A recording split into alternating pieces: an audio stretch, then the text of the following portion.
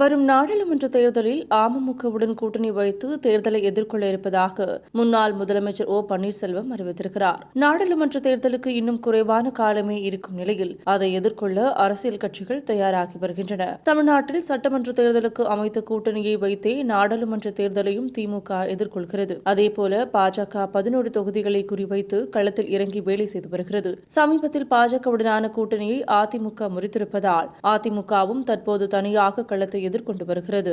இந்நிலையில் முன்னாள் முதலமைச்சர் ஓ பன்னீர்செல்வம் தேர்தல் கூட்டணியை அறிவித்திருக்கிறார். அதாவது வரும் நாடாளுமன்ற தேர்தலில் அமமுகவுடன் இணைந்து தேர்தலை சந்திக்க உள்ளதாக ஓபிஎஸ் அதிகாரப்பூர்வமாக அறிவித்துள்ளார். திருச்சியில் நேற்று பிரதமர் நரேந்திர மோடியை சந்தித்த நிலையில் நேற்று ஆதரவாளர்களுடன் ஓபிஎஸ் ஆலோசனை நடத்தினார். அதிமுக தொண்டர்கள் உரிமை மீட்பு குழு சார்பில் ஆலோசனை கூட்டம் நடைபெற்றது. இதில் முன்னாள் அமைச்சர்கள் பண்ருட்டி ராமச்சந்திரன், வைத்தியலிங்கம், குபா கிருஷ்ணன் உள்ளிட்டோர் பங்கேற்றிருந்தனர். மாவட்ட செயலாளர்கள் சிறப்பாக செயல்பட்டால் 5 சவரன் தங்கச் செயின் பரிசாக வழங்கப்படும் என்று ஆலோசனையில் ஓ பன்னீர்செல்வம் கூறியுள்ளார். ஆலோசனைக்கு பிறகு செய்தியாளர்களை சந்தித்த ஓபிஎஸ் அதிமுக பொதுச் செயலாளர் பதவியை பழனிசாமி தாமாக முன்வந்து ராஜினாமா செய்ய வேண்டும். பழனிசாமி ராஜினாமா செய்யும் வரை தொண்டர்கள் உரிமையை காக்கும் போராட்டம், யுத்தம் தொடரும். பதவி கொடுத்த சசிகலாவுக்கே நம்பிக்கை துரோகம் செய்தவர் பழனிசாமி என்று கூறினார். பாஜகவுடன் கூட்டணி வைப்பீர்களா என்று எழுப்பிய கேள்விக்கு 3வது முறையாக மோடியே பிரதமராக வருவார், வாய்ப்பு தந்தால் டெல்லி சென்று பிரதமரை சந்திப்பேன் என்று கூறியுள்ளார். ஓ பன்னீர்செல்வத்தின் இந்த அறிவிப்பு எடப்பாடி தரப்பை கடுமையாக பாதிக்கும் என்று அரசியல் விமர்சகர்கள் கூறுகின்றனர். ஏற்கனவே எடப்பாடி பழனிசாமி முதலமைச்சராக இருந்தபோது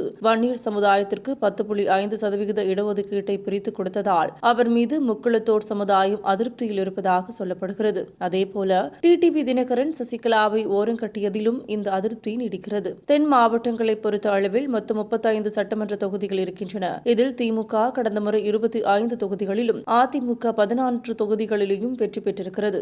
ஆனால் டிடிவி தினகரன் மட்டும் ஏறத்தாழ 4 லட்சம் வாக்குகளை பெற்றிருக்கிறார். குறிப்பாக ராமநாதபுரம், சிவகங்கை தொகுதிகளில் அதிகமான அளவில் தினகரன் வாக்குகளை வாங்கியிருக்கிறார். அதேபோல கடந்த நாடாளுமன்ற தேர்தலில் அதிமுகவில் இபிஎஸ், ஓபிஎஸ் என ஒன்றாக இருந்தபோதே தென் மண்டலத்தில் மொத்தமுள்ள 10 எம்பி தொகுதிகளில் ஒரே ஒரு இடத்தில் மட்டுமே வெற்றி பெற்றது. ஆனால் இந்த முறை ஓபிஎஸ், டிடிவி தினகரன் கைகோர்ப்பது எடப்பாடியை கலக்கத்தில் ஆழ்த்தும் என்று அரசியல் விமர்சகர்கள் கூறியுள்ளனர். பிரதமர் மோடியுடனான சந்திப்பு குறித்த கேள்விக்கு பதிலளித்த ஓ பன்னீர்செல்வம், திருச்சி வந்த பிரதமரை சந்திப்பதற்கு வாய்ப்பு கேட்டிருந்தேன். பிரதமரை வரவேற்கவும் வழி அனுப்பவும் அனுமதி கொடுத்தனர். மனநிறைவோடு அதை நானும் செய்தேன். இந்த சந்திப்பில் அரசியல் எதுவும் இல்லை. அவர் நலமுடன் இருக்க வேண்டும் என்பதற்கான வாழ்த்து கடிதத்தை கொடுத்தேன். வாய்ப்புகள் வரும்போது உறுதியாக டெல்லிக்கு செல்வேன். இந்த நிமிடம் வரை அகில இந்திய அளவில் பாஜகவினர் என்னுடன் தொடர்பில் இருக்கிறார்கள். மக்களவைத் தேர்தல் என்பது இந்திய பிரதமரை தேர்வு செய்கிற தேர்தல். அந்த தேர்தலில் பாஜக தலைமையிலான கூட்டணிதான் நிச்சயமாக வெற்றி பெறும். 3வது முறையாக நரேந்திர மோடி நாட்டின் பிரதமராக வருவார். வரும் நாடாளுமன்ற தேர்தலில் அமமுகவுடன் இணைந்து தேர்தலை சந்திப்போம் என்றும் தெரிவித்தார்.